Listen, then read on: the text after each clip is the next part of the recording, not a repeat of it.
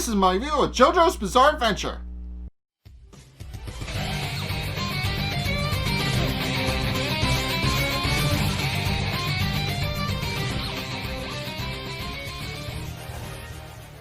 Okay, so in this episode, Koichi and, surprisingly enough, Toshikazu Hazamada actually hit it off and develop a friendship at the start of the episode. So, yeah, as it turns out, well, their friendship is a little, rocky, and they're not entirely and they don't exactly get along at first.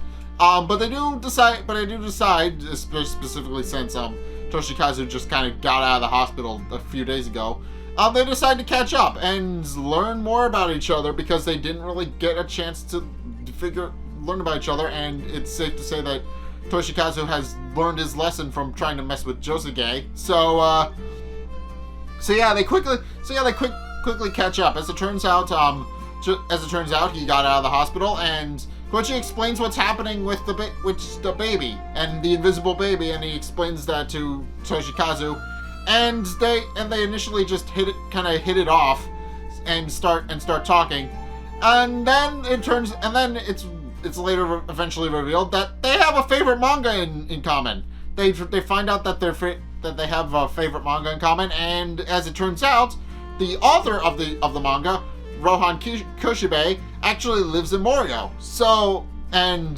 Toshikazu points out that he knows this because he was manga shopping when he discovered that when he heard some realtors talking, and he found out that he actually lives in Morioh. So they decide to pay him a visit and maybe get his autograph. But and because Toshikazu is older, he has Koichi do it, and basically uses his status as a senior student to get him to do what he wants.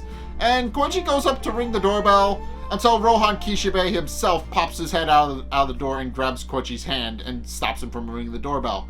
And while he's initially a little bit miffed that somebody just kind of showed up at his front door, the two boys do eventually explain themselves and why they're there, and his anger eventually just subsides, and he invites them in, pointing out that he's done for the day, so there's really no harm for them being there. And sure enough, he closes the door behind them and invites them up to his studio, where he explains what he does and why he decided to live in Morioh. As it turns out, it only takes him a couple days to actually write a manga, and he spends the rest of the days going on trips and stuff like that. So, and he also explains that the reason he lives in Morioh is because he used to live in the city, but he doesn't really feel a need to live in the city. Mainly because, well, it's mostly just a status symbol. He really doesn't care all about that much. He just likes writing manga, and if he can spend time away from his house doing that, then he's just gonna spend time away from the city and just sit in his house and do it. So, at which point he discovers a spider on Toshikazu's shoulder, and plucks it with some tweezers, and explains the way he operates and how he works. So, his most important thing is reality. He wants to keep his mangas as real as possible and make sure that they're as realistic as they can be. And to that extent, he keeps various encyclopedias on a whole bunch of other things, and even has one, and case in point, pulls out one on spiders and determines what kind of spider it is that he found. And he explains that the reason he does this is because he wants to actually make sure he knows everything there is to know about a spider. But then he notably does something weird, pointing out that if a spider's web is exposed to the air, it eventually hardens. And case in point, he stabs it with a box knife and then licks it for good measure. Notably, both Koichi and Toshikazu are a little unnerved by his behavior. But in any case, he sets down the spider and realizes that the main reason they were there is to get autographs, and he leaves to get a pen. At which point, Toshikazu and Koichi begin to discuss the Rohan's weird behavior. So Koichi notably points out that he seems a little bit weird and something about him seems off, and they should probably get out of there quickly, and as soon as possible. But Toshikazu surmises that it's possible that he may be a stand user, but also admits that it would be a little bit off since if he were a stand user, that would actually be a good thing since that means they would have something in common with the manga author, and they would actually be able to hit it off even more. But in any case, the main reason Toshikazu doesn't want to leave just yet is because he actually notices that Rohan left his manuscript unattended on the desk, and decides that they should take a quick peek while Rohan is gone. And Koichi is skeptical at first, mainly because he feels like they should ask about Rohan when he comes back if they can take a peek at it.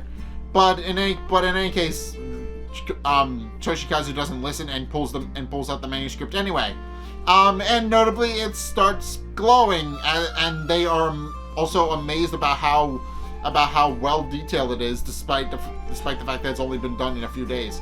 But in any case, it's at that point where Rohan immediately comes back, revealing that he was hiding behind the door, and reveals that his manuscript seems to have resonated with him, and that they're now under his power, as he puts it. And they quickly realize that Toshikazu's original assumption was correct, and that he is indeed a stand user, and that his ability, Heaven's Door, enables him to basically turn anybody into a living book. Case in point, both of the boys are immediately incapacitated and fall to the ground, and their faces and fingers and stuff start unfurling to reveal various pages of information. And sure enough, Rohan reveals that his ability is an extension of him being able to be a manga author and him wanting to make things as real as possible.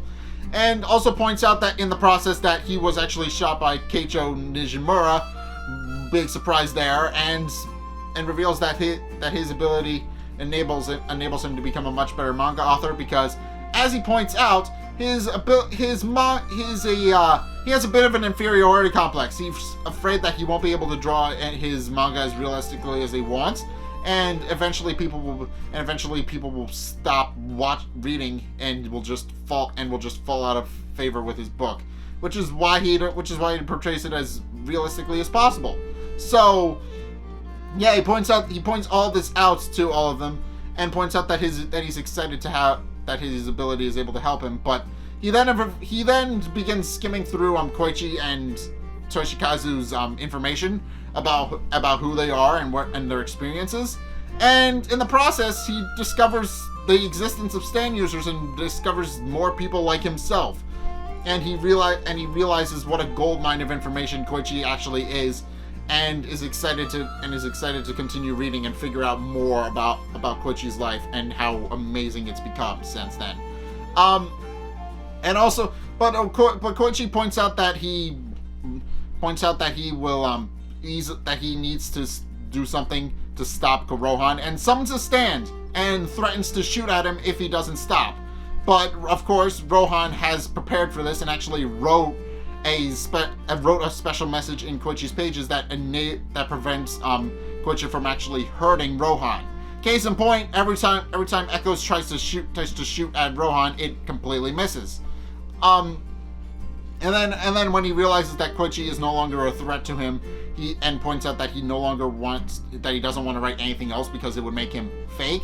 He then turns his attention to Toshikazu, as I said earlier, but is completely disgusted by what he reads. As it turns out, and not surprisingly, Toshikazu Hazamada is a very disgusting person, and so it's no surprise that Rohan doesn't take any interest in what he finds in there, and moves his attention back to Koichi. And Koichi points out asks him very importantly why he's deciding to do this, since he's a very excelled manga author for his age. He's 20 years old. He's 2 years younger than I am, and he's already a famous manga author. So why would he need a stand to basically torture people and reveal details about their life? And it turns out, Rohan, the main reason Rohan wants to do this is because he wants to make manga that people actually want to read. As I mentioned earlier, he has a bit of an inferiority complex, and if his manga isn't interesting to read, then it doesn't really matter to him. So yeah, things like fame and fortune don't matter to Rohan. All he wants is that for people to actually read his manga, and which is fair. But in case after revealing his motivations to Koichi and Toshikazu, he starts removing pages from Koichi's face. And then it just cuts to black. But oddly enough, Koichi and Toshikazu have no memories of actually being attacked by Rohan, and then go on their merry way after getting their autographs from Rohan. And Rohan spies on them from the window, pointing out that they'll never actually tell another living soul because he made sure of it. So it's implied that Rohan erased their memories, since we already know he can change the behavior of stand users and how they operate, and adding new things to them to make sure that they can't actually attack him. So it's not surprising that he actually removes part of Koichi and Toshikazu's memories so that they don't remember getting attacked by him. And this does work to an extent. So the next morning, Koichi wakes up and he goes to weigh himself as part of his morning routine, and discovers that he inexplicably lost 45 pounds in the middle of the night. And to test to see that the scale isn't actually broken, he uses some nearby belt weights to actually test it. To use some 5 kilogram weights to actually test the scale and make sure it's not broken. And when he realizes it isn't, he realizes that a stand user was most likely evolved. Runs out the door to actually go find Josuke and tell him what's going on. But the second he leaves the bathroom, he completely forgets what he was going to do, but then realizes that if he forgot it, it probably wasn't important. But in any case, he goes to school, noting that his bag is a little bit heavier. But for whatever reason, he makes a detour to Rohan's house and decides to go in and pay him a visit. At which point he walks in on Rohan working, and Rohan remarks that Koichi is right on time. But unfortunately for Rohan, as it turns out, Okuyasu and Josuke had actually followed Koichi, pointing out that he kind of wandered in the wrong direction to go to school, and the fact that he just randomly walked into another guy's house is also another pretty big red flag. So Okuyasu and Josuke pick up pretty quickly that something is off and are going to go investigate. So yeah, this episode was interesting because the weird thing about Rohan is that he's not specifically evil. I don't think it's not so much that he's evil as it is he wants to portray his manga as perfectly as possible, and to that end, he developed an ability after being shot by the bow and arrow that enabled him to read another person's life and basically take their memories, take their abilities, and learn more about them, so that he can actually portray them better in manga. But it's very weird. But it's definitely a very weird experience overall, because he doesn't actively attack them. He just kind of uses his manuscripts to incapacitate them using Heaven's Door. And we never actually see Heaven's Door in this episode, but it is implied based on the fact that they look at a manuscript and see an image of it, that it does indeed have a physical form, and whenever it's seen, it paralyzes people and turns them into living books. So yeah, it's implied that Heaven's Door has a physical form, but we never actually see its physical form in the episode. So that's gonna be interesting, and I'm assuming that's gonna be something that they're going to open up later in the series. But yeah. Basically, he used his stand to erase Koichi and Toshikazu's memories, and then just sends them on their merry way. And that begs the question of how many times has he done this? How many times has he seduced somebody? Has he brought somebody into his house, used his stands to basically erase their memories, and also collects material for his manga? That's the interesting thing here. How many times has he done this? That he's this comfortable with it. But yeah, I'm assuming it's gonna be very interesting to actually figure out how they're supposed to fight Rohan Kishibe, because Rohan Kishibe is able to basically incapacitate somebody just by using a piece of paper. So it's going to be particularly difficult to actually incapacitate him and defeat him. So yeah, I'm interested to see how the second part of this episode is going to play out. But in any case, that's my review of JoJo's Bizarre Adventure. What did you guys think? Let's get a discussion going in the comment section down below. or over on my Discord server, link in the description. Anyway, thank you guys so much for watching. If you enjoyed, be sure to like, comment, and subscribe. Also, be sure to follow me on Facebook and on Twitter in the description below. And also, be sure to check out my Patreon in the description below as well. It's only a couple bucks a month. It really helps me out, and you guys get access to a bunch of cool perks that my way saying thanks. So be sure to check those out in the description below as well. But in any case, thank you guys so much for watching. And until next time, I will see you guys in the next video. Peace!